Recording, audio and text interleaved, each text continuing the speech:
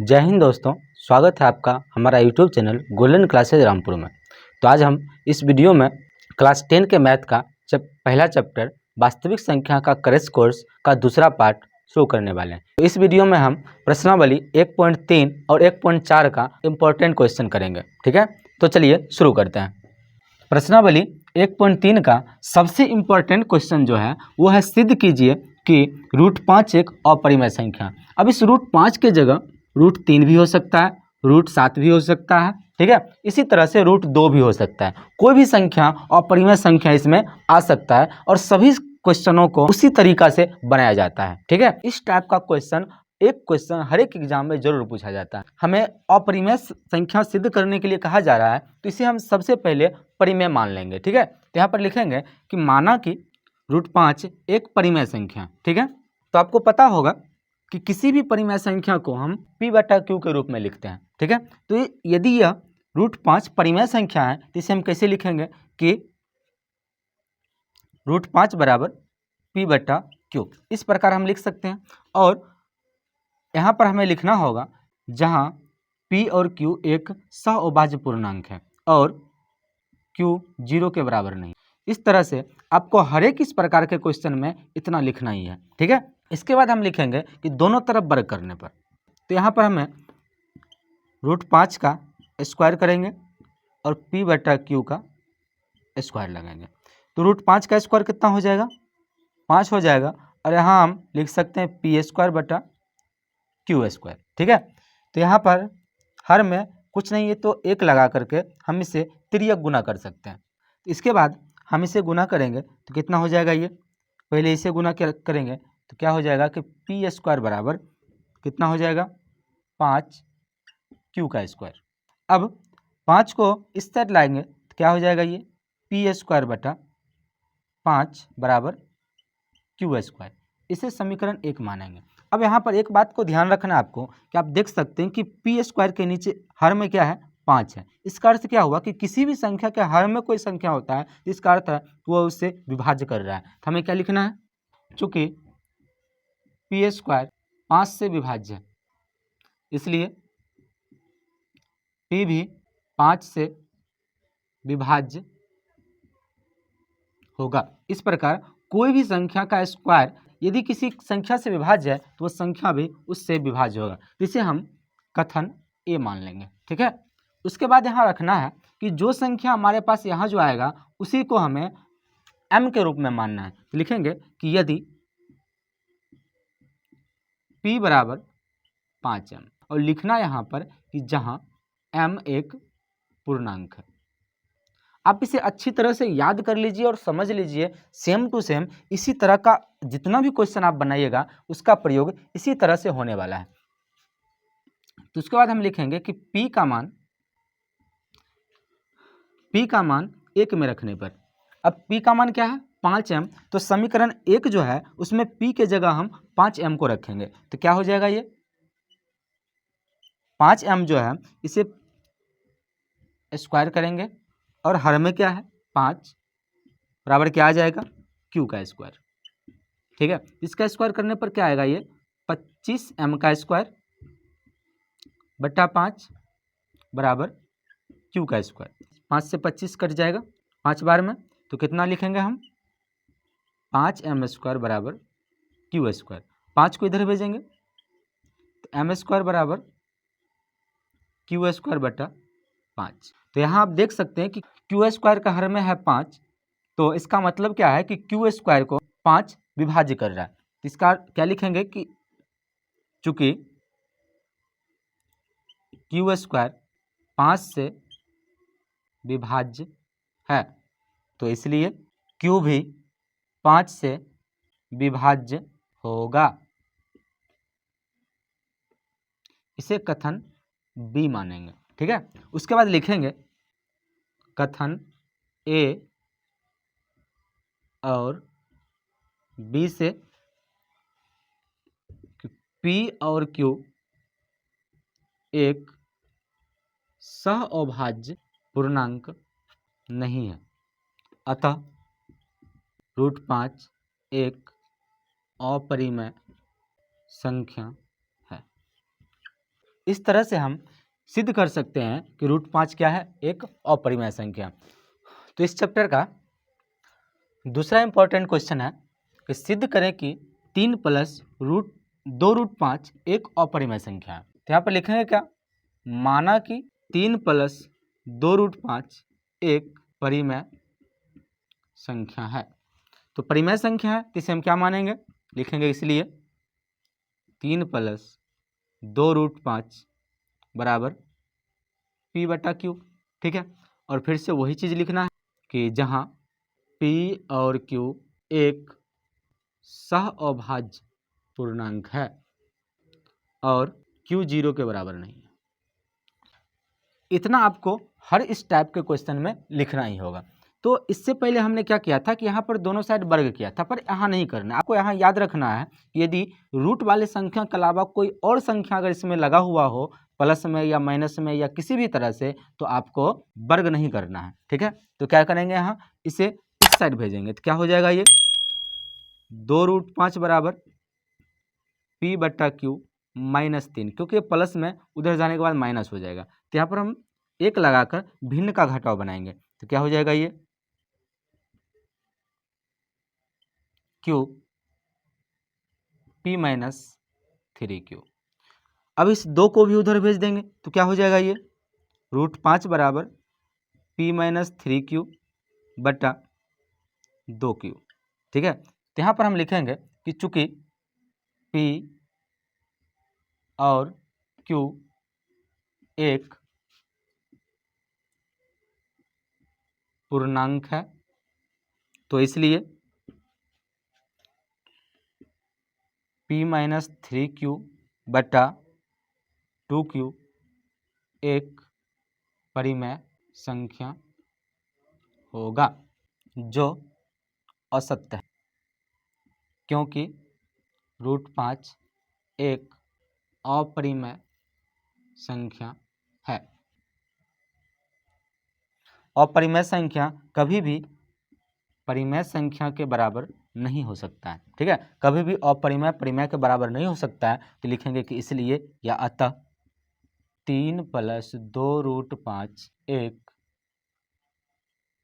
अपरिमेय संख्या है। बस हो गया प्रूफ। ठीक है, तो बस इस तरह से हम इस प्रकार के जितने भी क्वेश्चन हैं, बस इतने से शॉर्ट में इसे हम बना सकते हैं।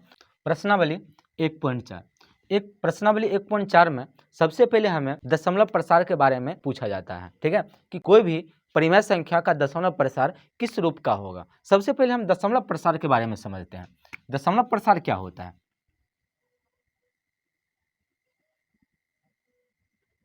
दशमलव प्रसार जो है वो 2 प्रकार का होता है, शांत और अशांत। ठीक है, शांत जो होता है वो दशमलव के बाद, जैसे कि मानिए इस प्रकार की दशमलव के बाद जब संख्या शांत हो जाए, यानी कि रुक जाए, तो उसे हम शांत दशमलव प्रसार कहते हैं। जैसे 3.45878 जैसे कि ये सारे संख्या जो आप देख सकते हैं, दशमलव के बाद क्या हो रहा है, इसकी संख्या आगे पुनरावृत्ति नहीं हो रही है, इसलिए क्या हो जाएगा, ये इसे हम क्या बोलेंगे, शांत दशमलव प्रसार बोलेंगे। अशांत का अर्थ क्या हुआ कि वैसा संख्या जिसका दशमलव के बाद की संख्या जो है ये लगातार बढ़ती जाए। ठीक है, जैसे इस प्रकार से कभी एक समान संख्या भी लगातार बढ़ती जाती है, कभी अलग अलग संख्या भी आते रहती है। तो इस प्रकार की संख्या को हम अशांत दशमलव प्रसार कहेंगे। अब अशांत दशमलव प्रसार जो होता है ये 2 प्रकार का होता है, आवर्ती और अनावर्ती। आवर्ती का अर्थ हुआ कि जो दशमलव के बाद जो है जिसकी संख्या पुनरावृत्ति हो, मतलब एक ही प्रकार की संख्या आती रहे, इस प्रकार की संख्या। ठीक है, या इस प्रकार की संख्या। ठीक है, इस तरह जो संख्या होगा इसे हम आवर्ती दशमलव प्रसार कहते हैं। ठीक है, और ये जो संख्या है आप देख सकते हैं कि हर बार एक नया संख्या आता है, जिसे हम अनावर्ती दशमलव प्रसार कहेंगे। ठीक है,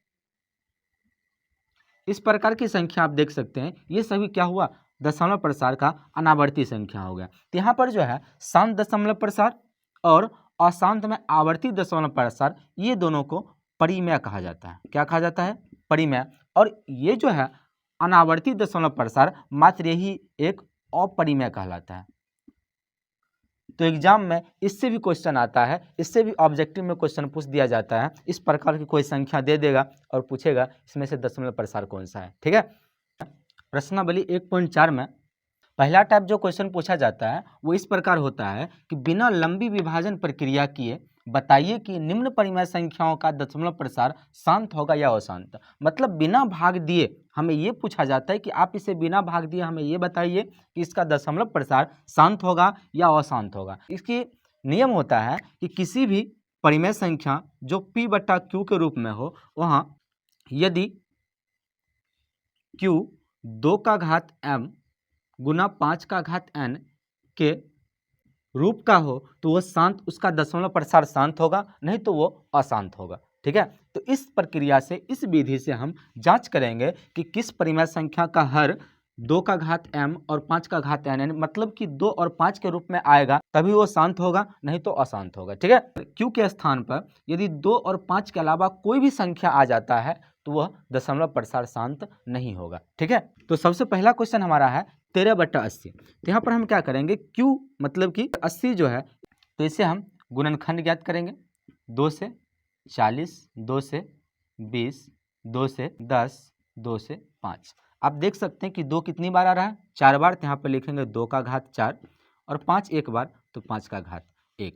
अब देख सकते हैं यहाँ हर में जो है 2 और 5 के अलावा कोई और संख्या नहीं आ रहा है, इस पर इसलिए हम क्या लिखेंगे कि इसलिए यह शांत होगा। ठीक है, दूसरा है 17/8। तो यहाँ पर हर में जो 8 है इसका गुणनखंड करेंगे, तो 2 से 4, 2 से 2। अब यहाँ देखिए कि सिर्फ यहाँ 2 ही आ रहा है, तो इसका अर्थ क्या है कि 17/2 का घात 3। ठीक है, यहाँ पर 5 नहीं आ रहा है, तो हमने आपको क्या बताया था कि हर में 2 और 5 के अलावा कोई और संख्या नहीं आना चाहिए।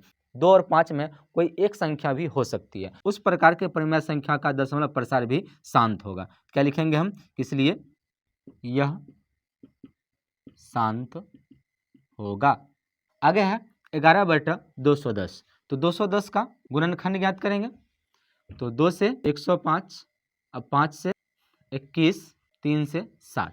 अब आप देख सकते हैं यहाँ पर इसका जो अभाज्य गुणनखंड है उसमें क्या क्या आ रहा है, 2, 5, 3, 7, यानी कि बहुत सारी संख्या 2 और 5 के अलावा 3 और 7 भी आ रहा है। इसका अर्थ क्या है कि ये जो है इसका दशमलव प्रसार शांत नहीं होगा। तो यहाँ पर क्या लिखेंगे कि इसलिए यह अशांत होगा।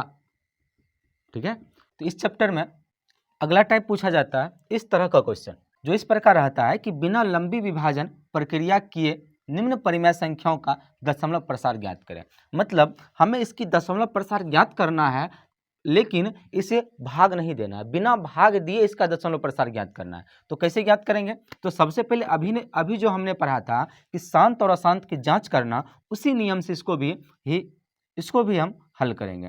तो नीचे जो हर में होगा उसका सबसे पहले अभाज्य गुणनखंड ज्ञात करना है।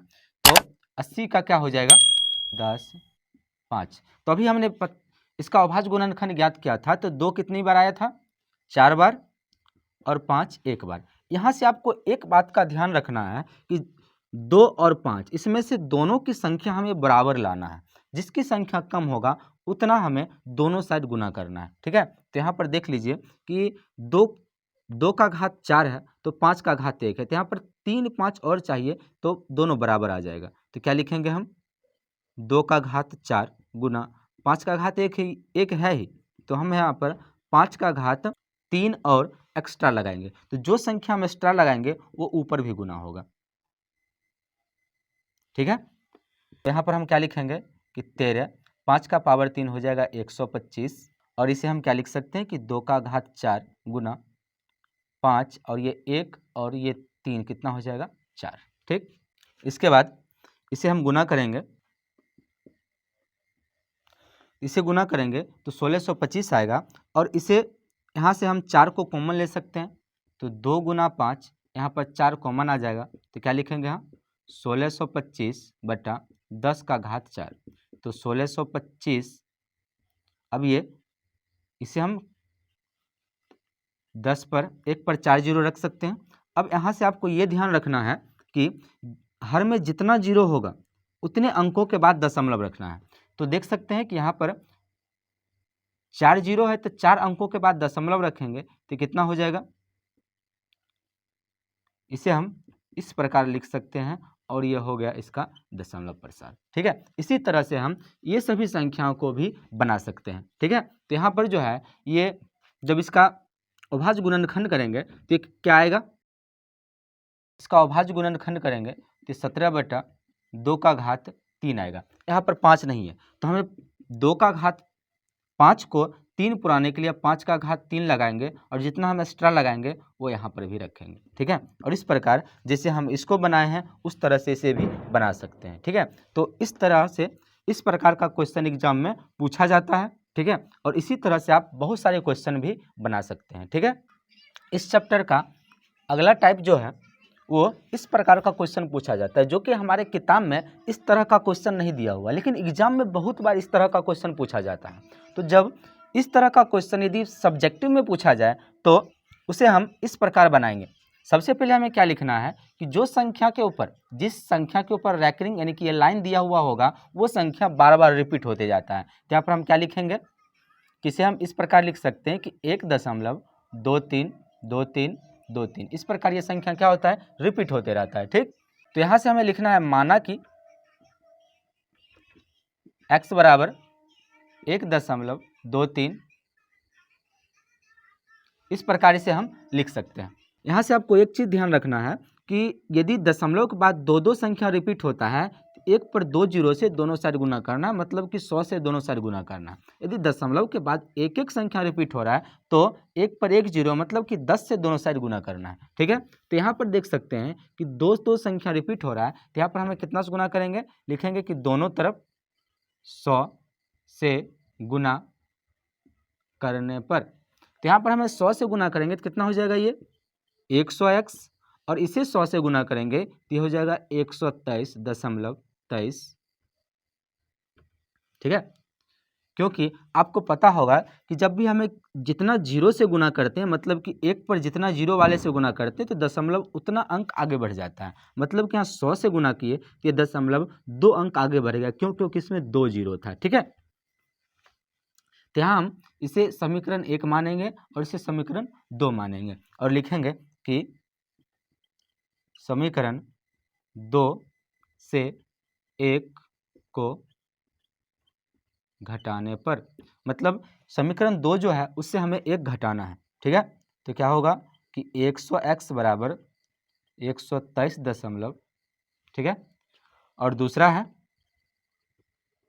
ठीक है, अब इसे माइनस करेंगे तो आप देख सकते हैं कि दशमलव के बाद की संख्या दोनों एक समान है, ये क्या हो जाएगा 0, और इसे घटाएंगे तो क्या हो जाएगा 122। ठीक, बराबर अब 100x में से 1x घट जाएगा तो कितना बचेगा, ये 99x।